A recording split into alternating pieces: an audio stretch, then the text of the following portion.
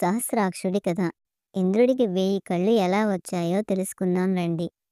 పూర్వం బ్రహ్మదేవుడు సృష్టించిన స్త్రీలలో అత్యంత సుందరమైన రూపం కలది అహల్య.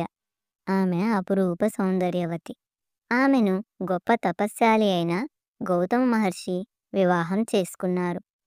వారిద్దరూ తమ ఆశ్రమంలో అన్యోన్యంగా జీవిస్తూ ఉండేవారు. దేవలోక అధిపతి అయిన దేవేంద్రుడు ఒకసారి అహల్యను చూశాడు. ఆమె అందానికి ముగ్ధుడై ఎలాగైనా ఆమెను పొందాలనే కోరిక పెంచుకున్నాడు. కానీ ఆమె పతివ్రత, పైగా గౌతమ మహర్షి భార్య కావడంతో నేరుగా వెళ్ళలేక ఒక కుట్ర పన్నాడు. గౌతమ మహర్షి ప్రతిరోజు తెల్లవారుజామునే నదికి వెళ్ళి స్నానం ఆచరించడం ఆయన అలవాటు. ఇదే అదునుగా భావించిన ఇంద్రుడు ఒకరోజు రాత్రి ఇంకా మిగిలి ఉండగానే ఆశ్రమం దగ్గరికి వచ్చి కోడి రూపంలో కూశాడు.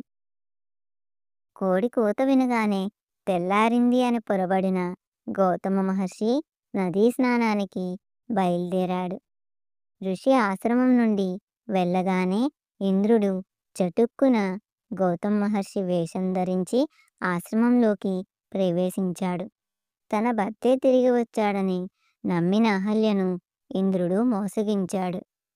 ఇటు నదికి వెళ్ళిన గౌతమ మహర్షికి ప్రకృతిలో ఇంకా రాత్రి మిగిలే ఉందని, గంగ నిద్రపోతుందని అర్థమైంది.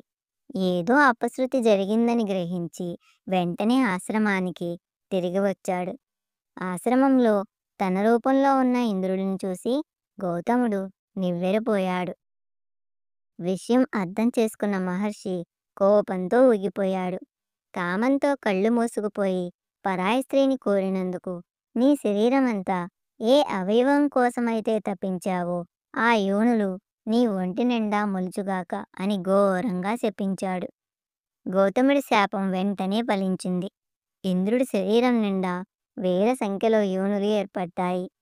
ఆ వికారమైన రూపంతో ఇంద్రుడు బయట తిరగలేక అవమానంతో కుమిలిపోయాడు. గౌతమ మహర్షి కాళ్ళపై పడి క్షమించమని వేడుకున్నాడు. మిగిలిన దేవతలు కూడా ఇంద్రుడి పరిస్థితి చూసి జాలిపడి శాపాన్ని ఉపసంహరించుకోమని గౌతముడిని ప్రార్థించారు. వారి ప్రార్థనలను మన్నించిన గౌతమ మహర్షి శాపాన్ని పూర్తిగా వెనక్కి తీసుకోలేనని, కానీ దాన్ని మార్చగలనని చెప్పాడు. ఇంద్రుడి శరీరంపై ఉన్న ఆ 1000 యోనులను 1000 కళ్ళుగా మారుస్తానని అభయం ఇచ్చాడు. అలా ఇంద్రుడి శరీరంపై ఉన్న గుర్తులు కళ్ళుగా మారిపోయాయి. అప్పటి నుండి ఇంద్రుడిని సహస్రాక్షుడు అని పిలవడం మొదలుపెట్టారు. తప్పు చేస్తే దేవుడైనా సరే శిక్ష అనుభవించక తప్పదు అని ఈ కథ మనకు తెలియచేస్తుంది.